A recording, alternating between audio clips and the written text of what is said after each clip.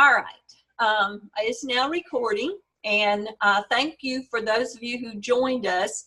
And if Dr. Tillman, if you'll look at the bottom of your screen, and Victoria and Tiffany, there's a place that says video, and if it's got a slash through it, then that's the reason your picture's not showing up.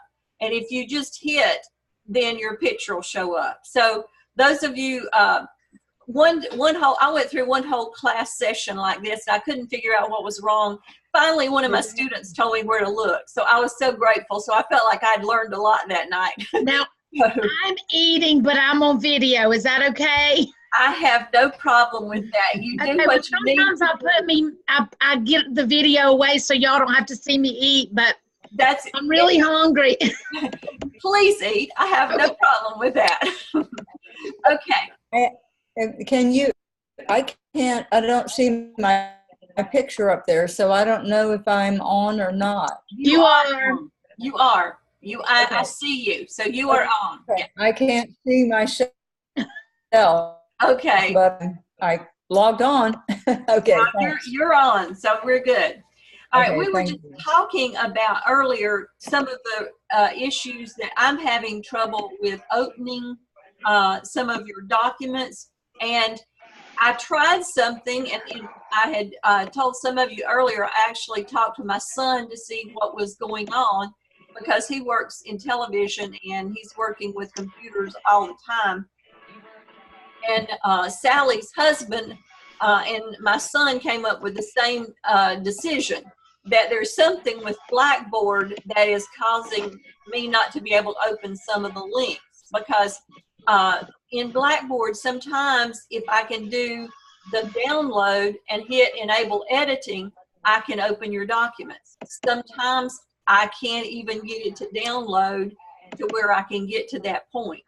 And sometimes I have no issues with Google Docs, and Dr. Lamb says he's having a lot of trouble with that. So I can't tell you what's going on, but the first example that I have is I took one that I was having trouble opening, and I copied just the little figure, put it on this document, which was outside of Blackboard. Guess what? It opened immediately. And so there were no issues with it. So it's not something that you all are doing wrong.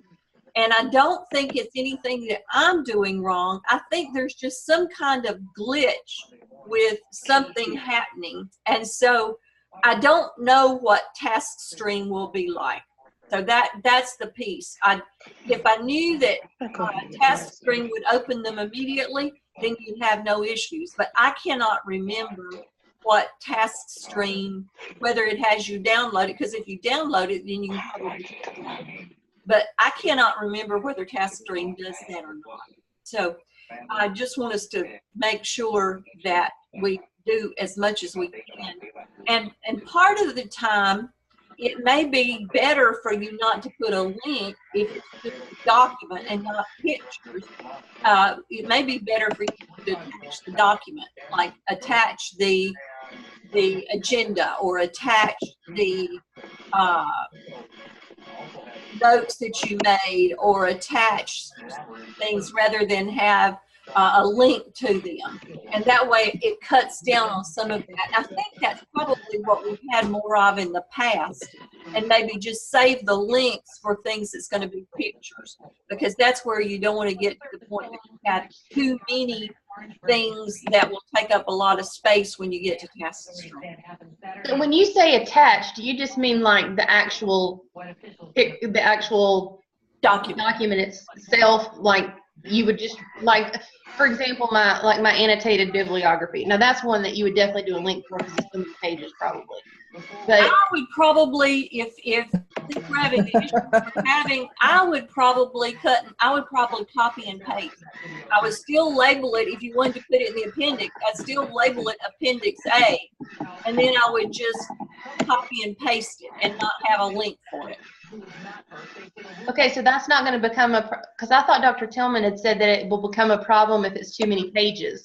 It becomes pages, no. The problem becomes if it's pictures. Pictures take up a whole lot of I don't know what the word is I'm looking for, but it takes up a whole lot of space on task stream. And so that's where you want to keep the pictures down. But the pages, I've seen things as many as 150 for one task. So I don't think pages is an issue. Usually pages they don't take up that much space. It's any kind of video, it's any kind of picture, and those kind of things. Those are what takes up a lot of space. Isn't that right, Dr. Tillman? I'm not sure she can hear me. Oh, yeah. Are you talking to me? Yes, I said, isn't it the pictures and the videos that take up the space? The number of pages is not really that big of an issue for their action. That's right. And yeah, one of the problems is that some people were actually attaching the slides, each individual slide. And if you do that, you're taking up lots of space, and you might get by with it with this task, but when you mash them all together at the end in 605, it'll be too big to put on task stream. So, but I think your actual, if you're looking at written narrative, those kinds of things, I don't think it's going to be an issue for you. Well, the other problem was the action plan, because my action plan is in landscape, so I can't copy and paste it into a portrait. So I had to do a link to it. Okay. I mean, unless I were to do a screenshot of it and try to put it in, but then that's a picture. That's a picture. Yeah. So I just don't know what. In the past, they have allowed the portrait, the landscape. Leave the link in there, and let's hope it can be opened. It may be that there won't be an issue in task. There's a lot of breaking up. Yes, there is. There is a lot of breaking up. So it may be that I'd say try it, and if it's sent back, then you'll have to work on something to fix it. Okay. And that is one thing that we do want to make sure you're aware of. We had one student who turned hers in, and her evaluator, and thank goodness she told me, because we wouldn't know it any other way, her evaluator sent it back to her because they wanted the annotated bibliography as part of task 3 rather than as an appendix. Dr. Tillman had wanted it as an appendix. I really didn't think it mattered where you put it. I thought appendix was a good place for it because it's a bibliography, and that's where it belongs. But this particular evaluator wanted it as part of the document for task 3. And Lori, that's the reason I was asking you about whether you had gotten anything back from them, because my concern is that some evaluators are interpreting it one way and some are interpreting it another way. So I'm not sure what to tell you. I've been afraid to submit it because I didn't know if the links would open or not. Well, I'm going to tell you to go ahead and submit it. If they send it back, they are to tell you what's wrong and what they can't open and what they can't find. And then just let us know, because we're sort of, this is the first time we've ever had the kind of issues we're having with the links. I'm ready to submit to turn it in. Okay. Do I go ahead and do that to turn it in? And then get the report? You go ahead and turn it in, and then I'm the one that's supposed to do the report. Okay, and you'll let me know? Yes. What I'm doing, and see, that's another one of the issues I'm having. When I get to turn it in, I'm actually going back through and reading your whole paper to make sure that each section does and they tie together.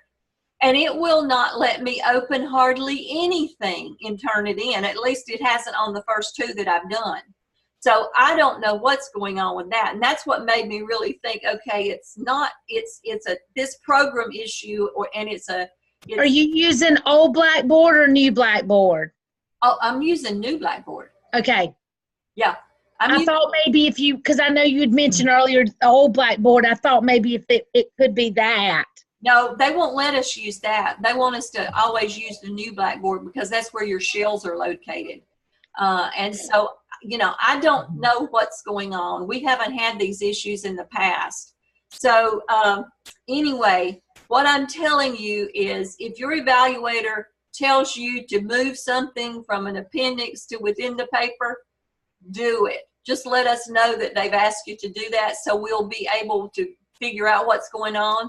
Now, I also have sent an email to Dr.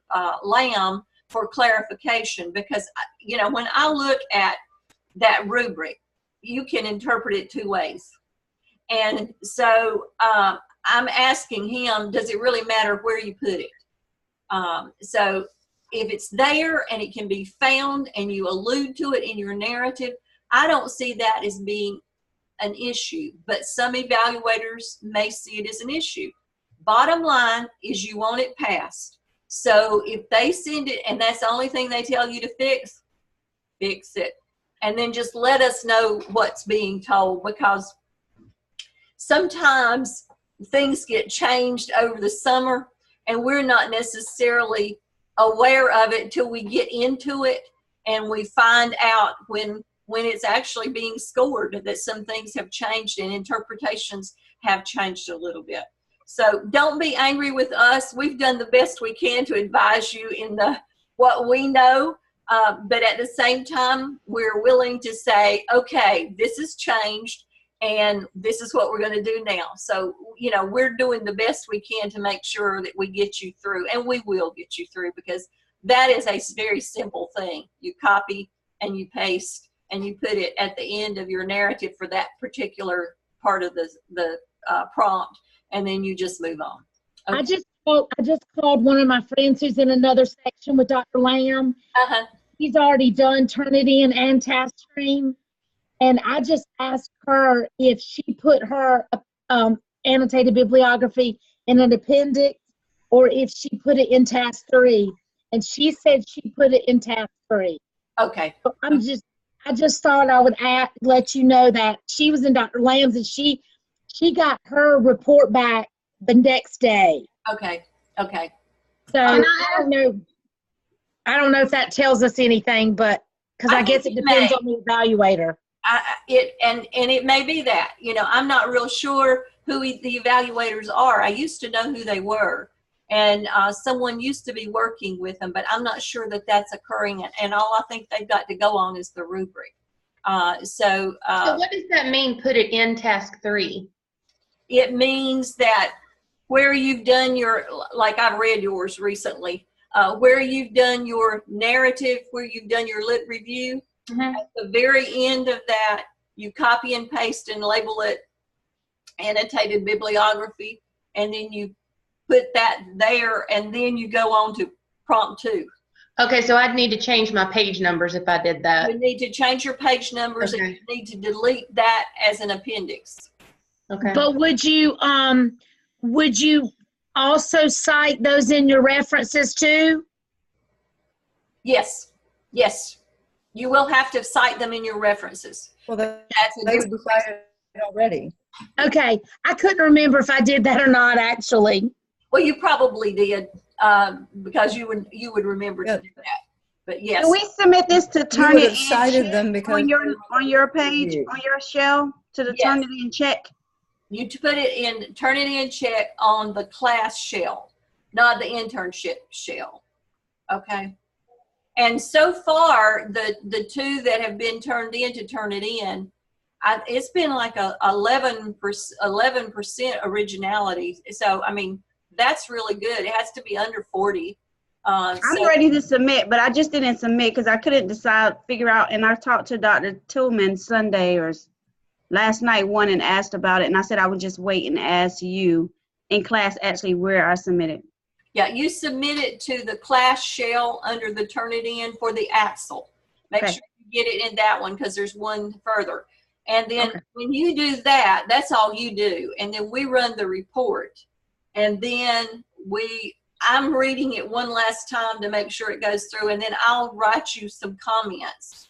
And, you know, most of the time it's going to be proofread. I found 2 or 3 more errors. And we do that. I mean, I can write something, look at it 3 or 4 different times over a span of time, and I still find more errors. So I think, you know, that's one of the things that it never hurts to look back over it. If I find anything glaring, I try to mention it. But that's also one of the reasons it takes me as long as it does to get back to you. All right, any more questions about the turn it in? And make sure that when you are ready to submit to turn it in, you've made all the changes suggested by Dr. Tillman, myself, and your peer reviewers, and it is what you consider to be your final document. And it's what you're planning on putting into TaskStream based on whether I tell you to go ahead and proceed or check something, and then you make those checks and then you proceed. Okay? All right. Any other questions? Now I have a question about task 1 on the AAPTEL. Okay. Do you want to wait on that, or? Let's wait on that one and put Okay. it through the end. Okay. If you look on your agenda, I said some of the things that I'm generally finding. It's at the bottom of the first page. It's grammar, verb tenses, plural and singular in the same sentences. It's the documents not being double-spaced throughout, leaving out part of the requirements for the task. And I just reminded you to always check the rubric and the description. They tell you exactly what needs to be in the document. The one thing I'm finding the most issues with is the reflection task, and I'm going to say the reflection task because it's task 5 for the AAPTEL, it's task 4 for the AAPTEL. What this is supposed to do, don't even think about your competency folio. That's where your evidences go. This has no evidence. There's not to be any evidence with this.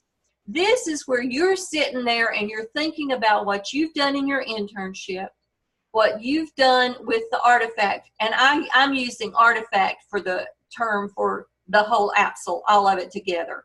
What you've done with the AAPTEL, and you're also supposed to include things from your class.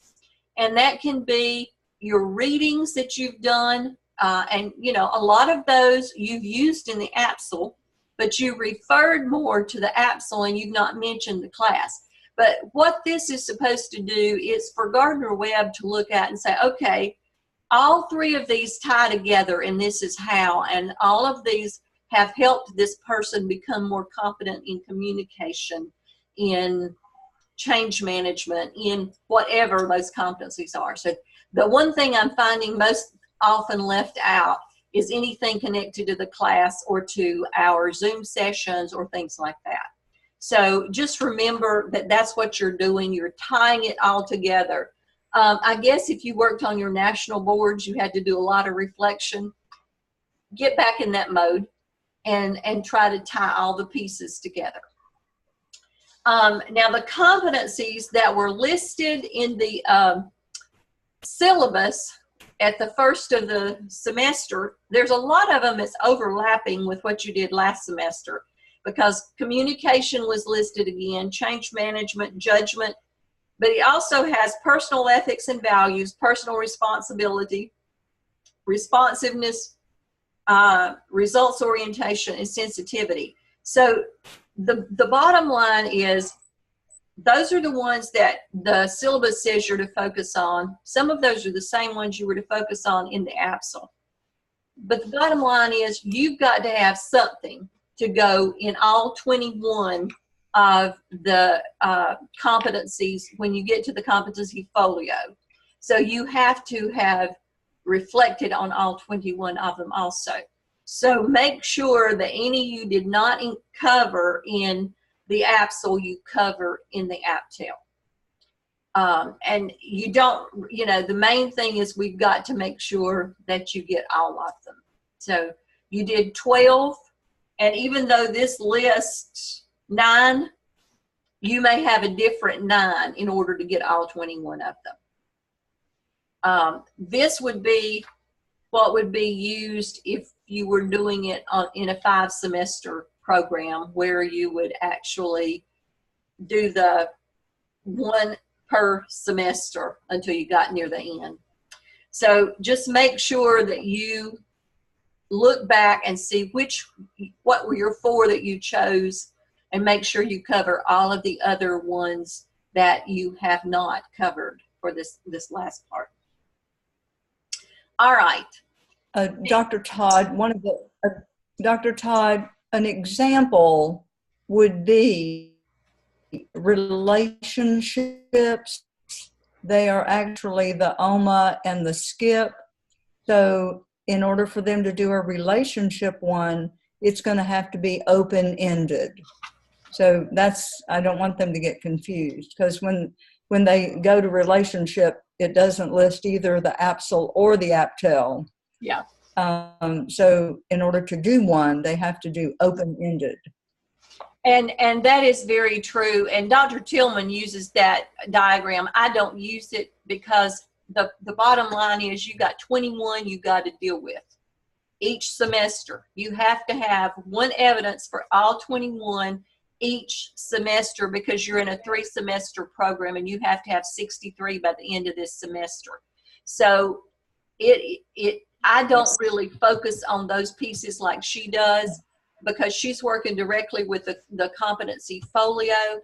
I'm just telling you, you got to have 21 this semester, 21 next semester, and 21 the 3rd semester, so that you'll have 63.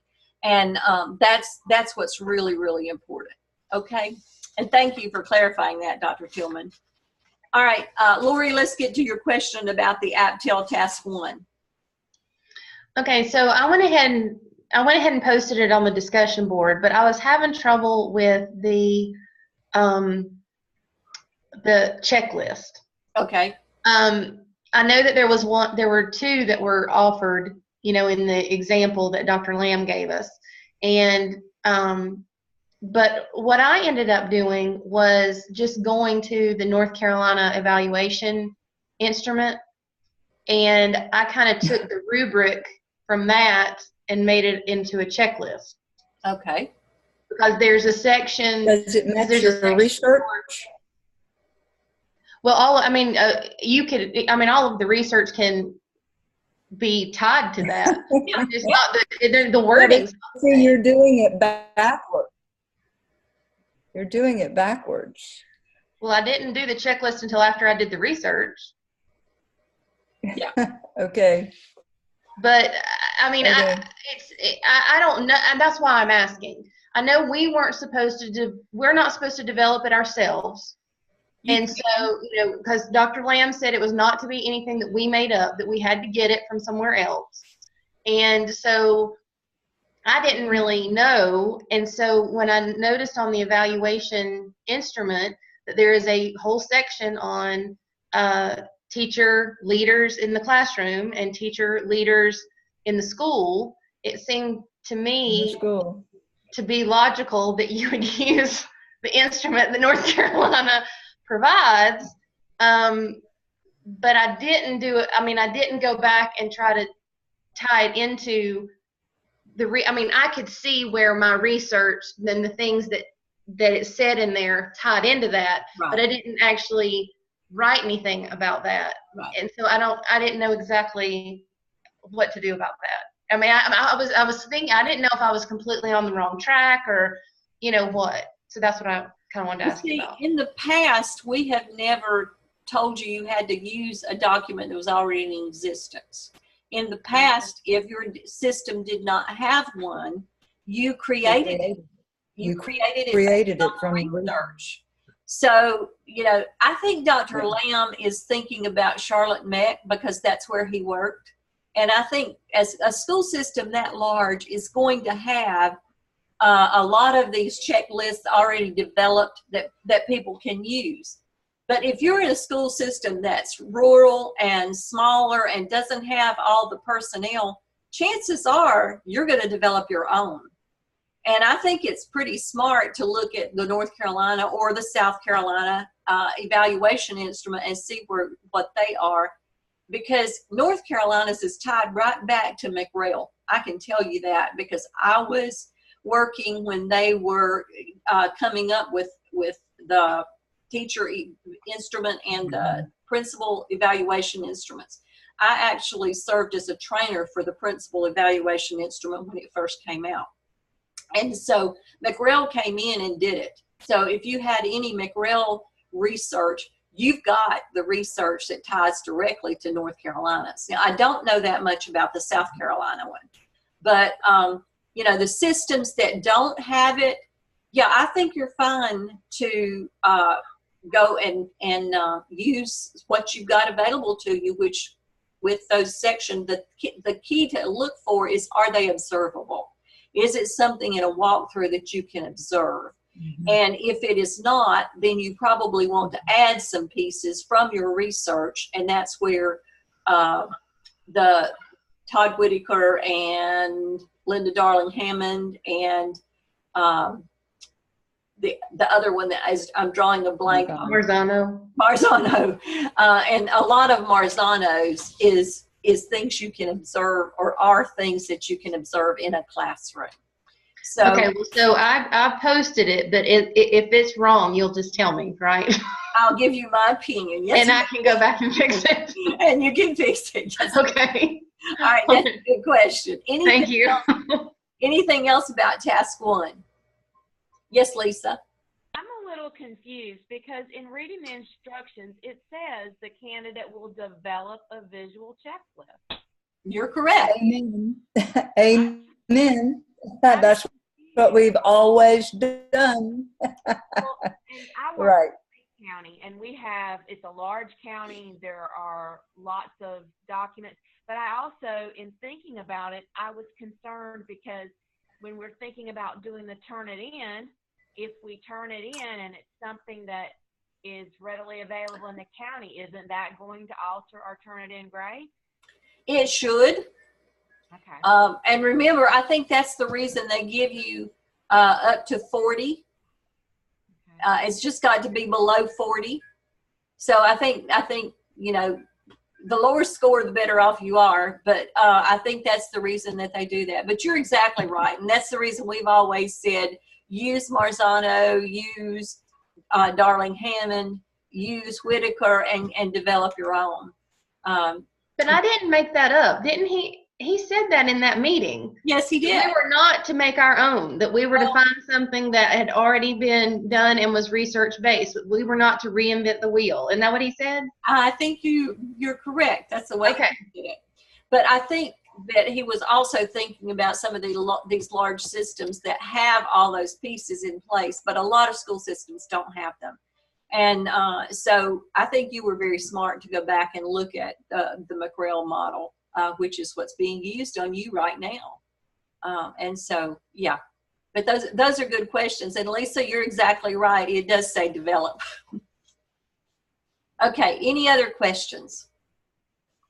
Well, just this will be my last comment, but I would say that in the past, I've always felt it was positive for the student to do the research and to construct their own checklist, because from then on you will understand where that item came from.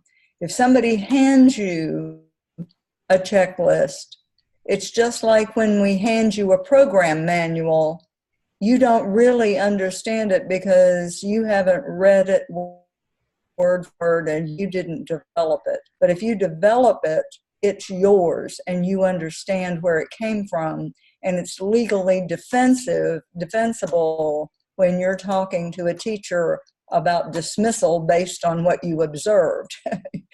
So anyway, I think that definitely is a positive thing to do, whether you choose to do it or not. All right. If there's no more questions about task 1, I'm going to introduce task 2. Now, what we would like for you to have the AAPTEL Task 1 finished by Sunday night and then submitted for review. But I want to go ahead and give you the information for you to start on Task 2 because we're down to week 10. Guess what? That means you've got about 5 weeks left, and that means that we've got Thanksgiving right in there in the middle. So what I am suggesting for those who are behind, try to get caught up, but we're going to focus on the AAPTEL. And I would suggest that you do the task and try to stay caught up on the AAPTEL so that your reviewers can have your work to look at. You can get their information, because when you're off of the schedule, and this is nobody's fault, we couldn't expect 2 hurricanes to come through and cause the damage that they did and cause schools to be closed like they are. But it's been hard for your group to get their reviews done. You've not gotten the feedback that you needed because we're off of a schedule. So what I would suggest that you do is get caught up as much as you can, as quickly as possible.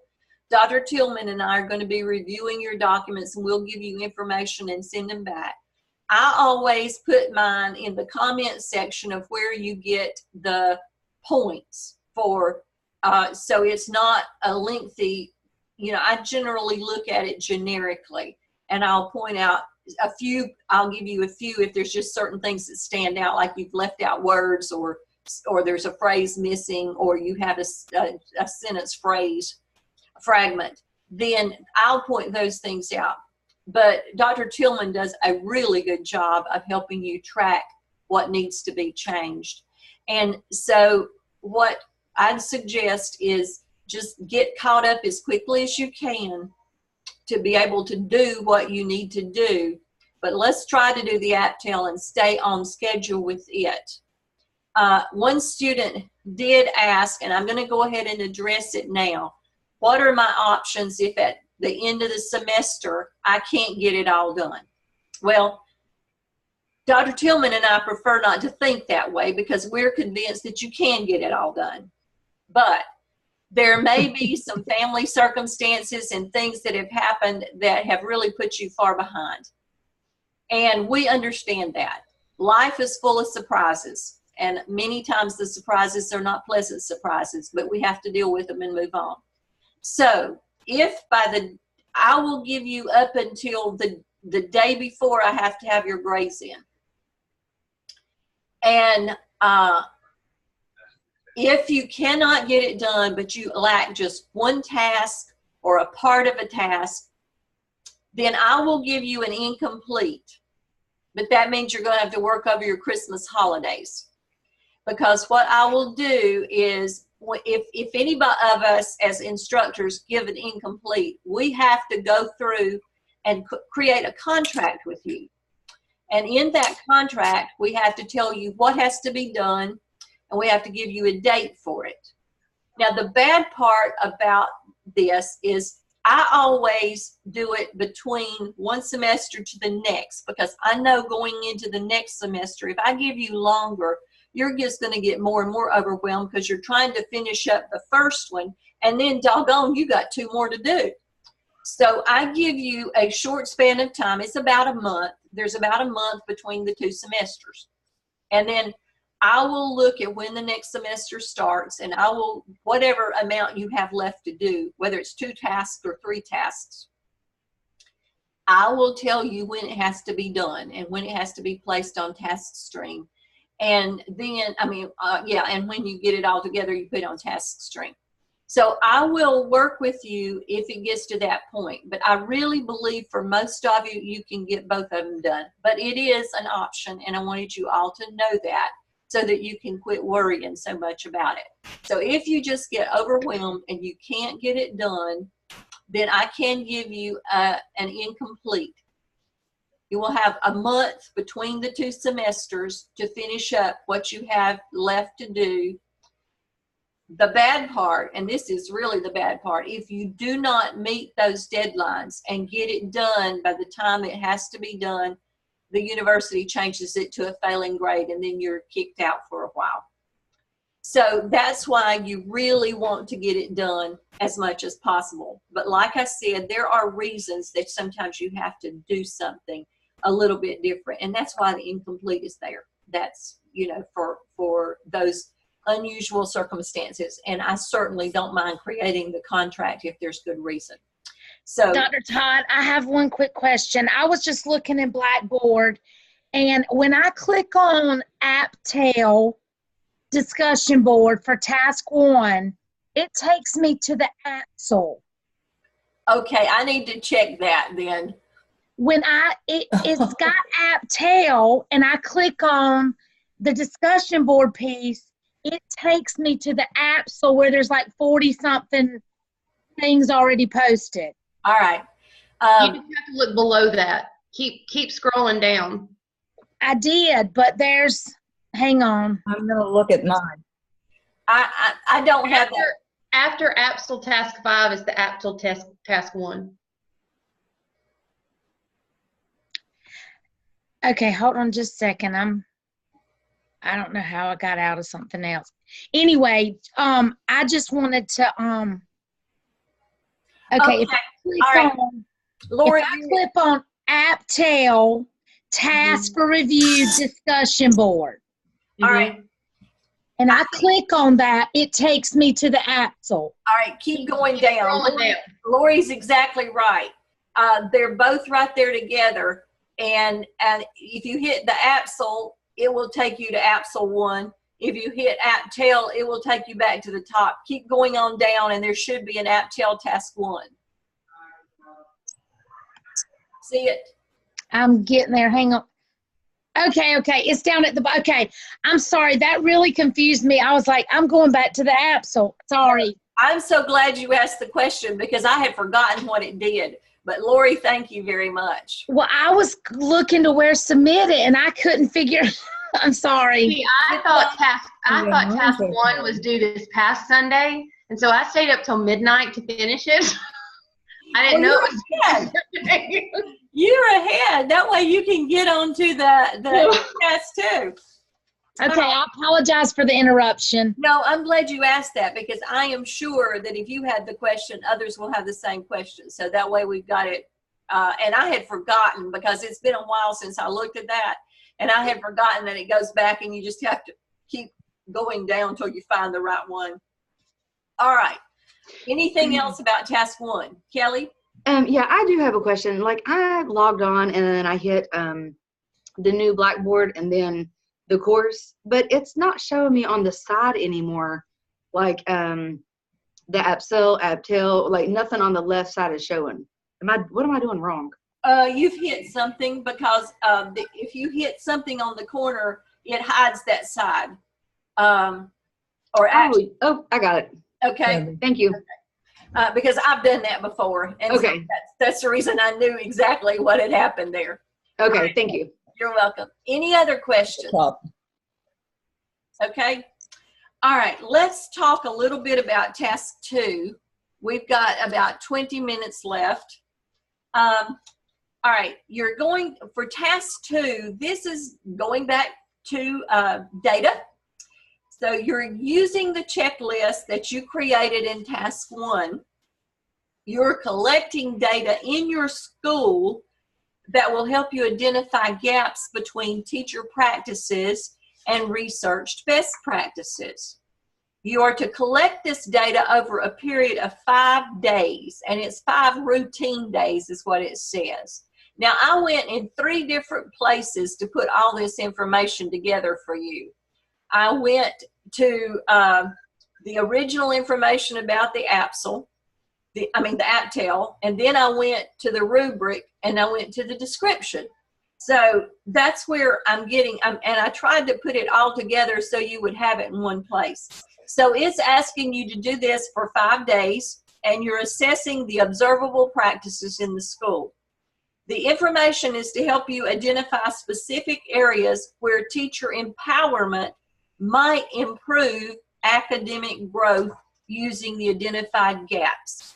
So I think one of the hardest things for most students is taking the research best practices and figuring out how that is part of teacher empowerment.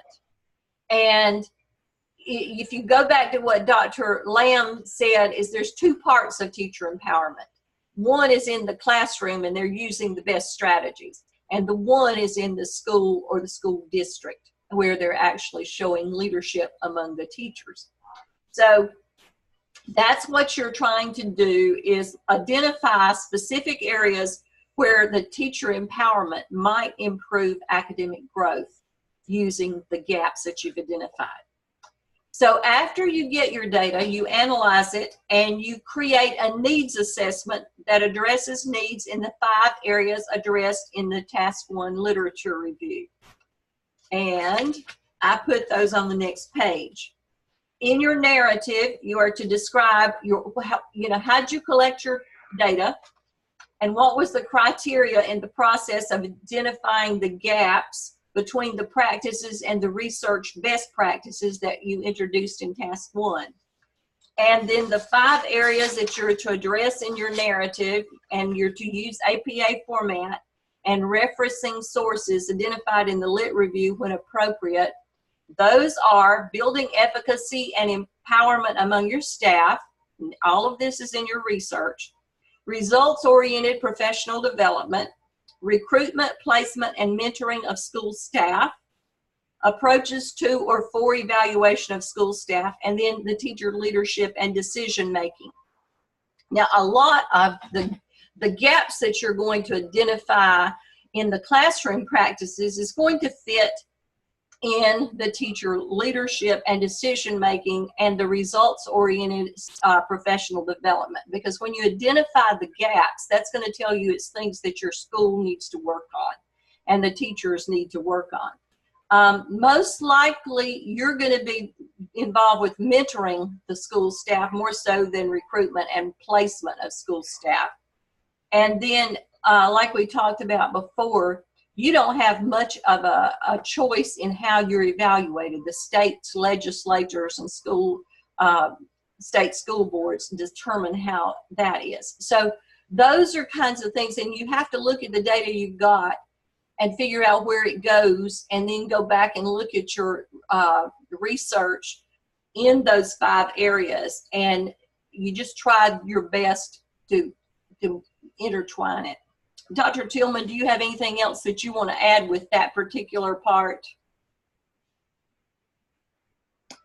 Well, what we've done before, and Lord knows if that has anything to do with this, but what we have done before is to make sure that you constructed the school-wide checklist from your research, and then most students use something like SurveyMonkey or some survey instrument that they created based on what the literature said was a good thing, and sent it, had the teachers fill it out, and that's the data that they analyzed for the school-wide portion, because they've got to address all 5 of those areas, and if they don't, it will not pass. And the surveys are a piece that's really important. Now, I know that Dr. Lamb mentioned not to rely on the surveys for the classroom walkthroughs, and he's right. But for the other part, you don't have any way of getting the information without doing some form of survey based on what you learn in your research. All right, the next part is... And we did... Go ahead. They did do some interviews. Some students did some interviews to try to get more people if people didn't respond to the survey. It's trying to do a little qualitative research there. Might be supplemental if you don't get enough surveys coming back in. Yeah. Thank you very much. All right, then once you have all your data, you are to graphically present it in your narrative in the form of charts, tables, and graphs. The visuals are to be used to illustrate and support the data analysis and conclusions expressed in a needs assessment based on your gap analysis. And I just went ahead and put, the way I read this, it's not an appendix. It has to be in the narrative in the form of charts, tables, and graphs. One of the pieces that you're going to have to research is what's a needs assessment.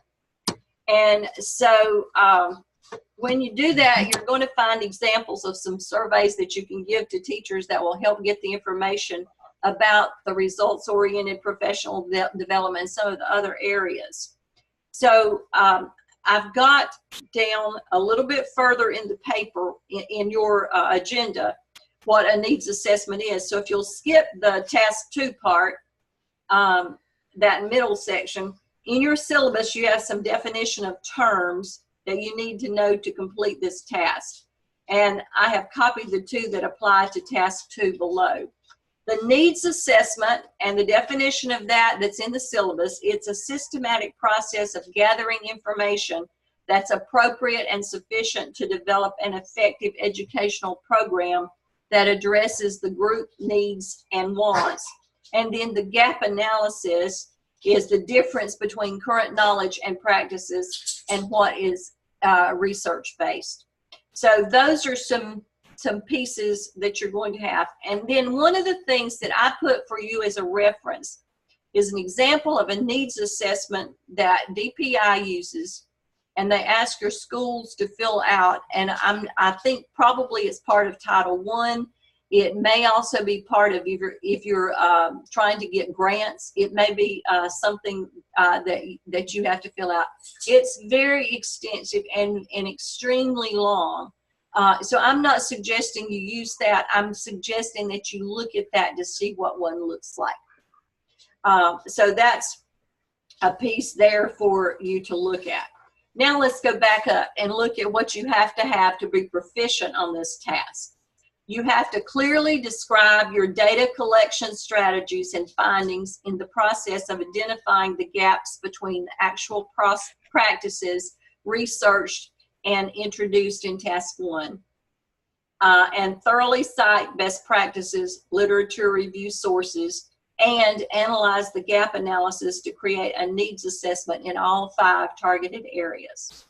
To be accomplished, you have to do all the items required, but you strategically analyze the gap analysis to create this needs assessment in all 5 of the gap areas. So that is a quick introduction to task 2. So if you've not finished task 1, get that completed this week by Sunday night. Go ahead and get started on task 2 so it's not such a mammoth project for you to do. And we are about 10 minutes left in this session. So I've covered most of the things that I wanted to cover tonight. Does anyone have any questions, or have the things we brought up brought questions to your mind that you want to ask?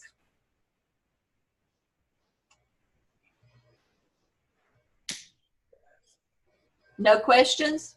Well, I do have one. Okay. The results-oriented professional development, I had difficulty finding research on that particular idea. So I'm trying to figure out, I mean, is it just kind of a common sense thing that it's professional development that you want to see enacted in some way? Or all right, think about, if it's results oriented, think about it this way. It's things you've identified your teachers need,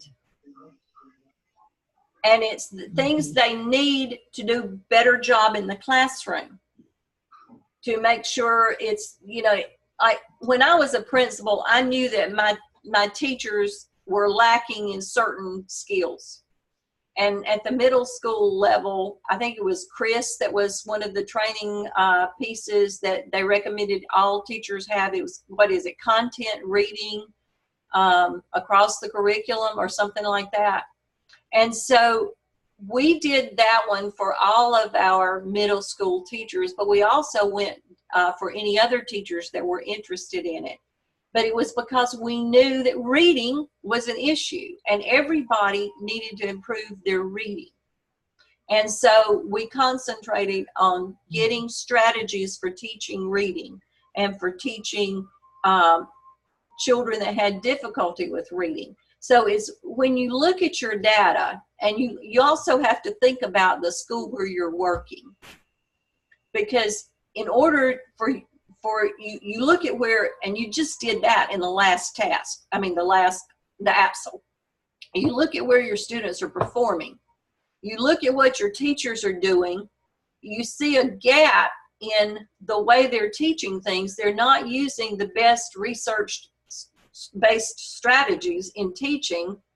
Then you go back and look at the scores and you think, okay, if we change this, because research tells me that the scores are going to go up if they use summarizing, note-taking, you know, whatever you found and whatever research said, would this make our scores better? So you're actually looking at what your teachers need to do a better job teaching that will help all your students in your school grow. Could MTSS be a part of this, or we're still not involving behavior? Depends on what you identify as an issue. Okay. You know, sometimes I think behavior is a good thing to drop back on, but it's harder to identify the real need. It's the chicken and the egg thing. Is the reason the children are misbehaving because the teachers aren't using strategies that will help them learn, or is it that they can't control their behavior? So, you know, sometimes I think you look at the behavior trying to help with the other, but it may be the reverse. So I would probably look at something easier to do than deal with behavior if at all possible, because sometimes it's easier to look at a chart and say, okay, they don't understand measurement. And this is something that our teachers are not doing a good job of teaching them. I'm not seeing these practices in the classroom. And so this is what we need to be doing. Dr. Tillman, what do you want to add to that? I asked that question though, because like when we give iReady, a lot of times we say the kids aren't taking it seriously. And so the scores are not like, a kid might show up on 3rd grade level, but in the classroom, they're performing much higher than that. And it's because they didn't take iReady seriously, and their behavior during iReady was like, you know, something that they didn't take seriously, or, you know, they just sat there and goofed off. And You see, I probably look Well, I would say, yeah, I would just jump in and say we do climate later. There's another big project that deals with school climate, and the discipline issue is probably better handled there. Okay. Or that's what I usually encourage people to do. Sheila, when you were saying that, the other thing I was thinking is you could always address it from, are the teachers having high expectations for how they will do on the iReady, and, you know, really making kind of a big deal about it, and, you know, encouraging them, or, you know, getting them engaged in it and that kind of thing. You could go at it from, if you didn't want to look at it from the student perspective, what could the teachers do to help the students take it more seriously? That's where I was going at with it. Okay. And then, you know, like I said, I look at things probably differently from most of you. You all are in a situation where you all are testing so frequently, especially in the lower grades, and especially if your system does quarterly testing and all this kind of stuff, and almost everybody does. I am one who doesn't believe in all that often testing, and I think what you're talking about is a result of the kids aren't taking it seriously because it's not a big deal to them, because they're constantly being tested and they get tired.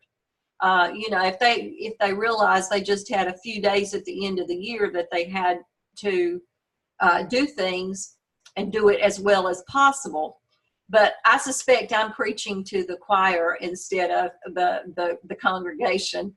But I'm one of those superintendents that, as long as I was in the place I was, my school system did not do quarterly testing, because I always asked the curriculum people who came back from meetings where they had heard that this was the going thing. And I said, show me a school system that does this and has higher scores than ours. I never got one single school system that was doing it on a regular basis that had higher test scores than ours. So we never implemented it. Now, it may be that you have to now, but at the point when I was the superintendent, I had that option. And I chose to not make my teachers do that. You know, we did all the testing we had to, but I never put extra layers in. I think you all have layers upon layers upon layers now. And I think that it's not fun for children. It's not fun for teachers.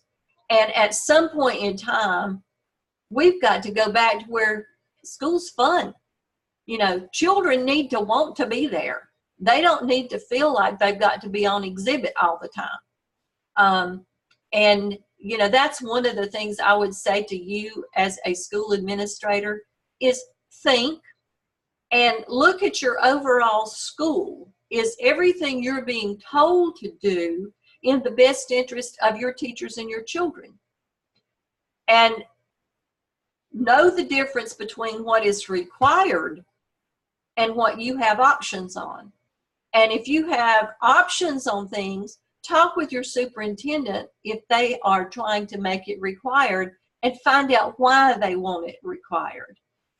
You know, it may be that in order to get federal money, you have to do it this way now. But like I said, when I was there, I had an option.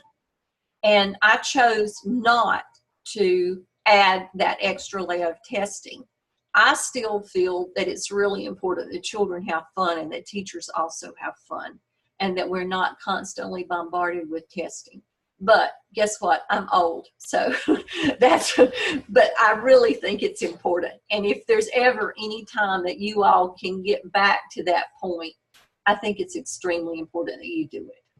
I just think our children are missing so much, but I also think you're missing a lot. Now, when I was a principal, we worked as hard as we could up until after the EOGs. And after the EOGs, we had fun. You know, we did teacher softball games with students, teacher-student softball games. We did a colonial day. We did a park day, field day, and all that kind of stuff. So, you know, there has to be some fun at some point in time, or you're going to lose the children. That's just Barbara Todd's opinion. Dr. Tillman, anything else to add? No, I don't think so. I think they're working hard, and I think what you're saying is right. We're singing to the choir here. All right, any other questions? All right, thank you so much for joining us. I'm going to stop the recording, and then I hope you have a good week. And I am working very hard to read everything that you all have turned in. I was so proud of myself last week. I got caught up 2 or 3 days, and I had none in my to evaluate mode. So I thought, gosh, I'm really moving along. But now I've got a few things, and I am working to get caught up, and hopefully I'll have most of the things that are turned in now finished by tomorrow night. If not, it'll be sometime Thursdays. But you just keep turning things in, and we'll just keep working with it. All right? Have a really good rest of the week, and enjoy Halloween. Make it fun for yourself. Goodbye.